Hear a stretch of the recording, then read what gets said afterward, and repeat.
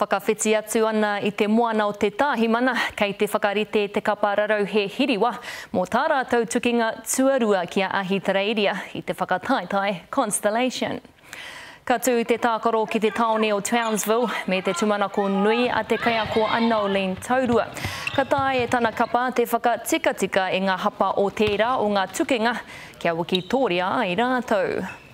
Ability to be able to absorb the pressure that's going to be out there. Physicality is the name of the game in regards to the diamonds, and then being able to execute and deliver under that physicality. So it shouldn't be anything new, I think, in any trans-Tasman tussle. So just got to be able to deliver the ball. Mā te aha hoki I te Wikitoria, hei whakanui I te tākoro ko tahirau whātekau mā ono a Laura Langman, kia noho kuia te kai tākoro tau tohi tō rawa o te kapa rarau he hiriwa.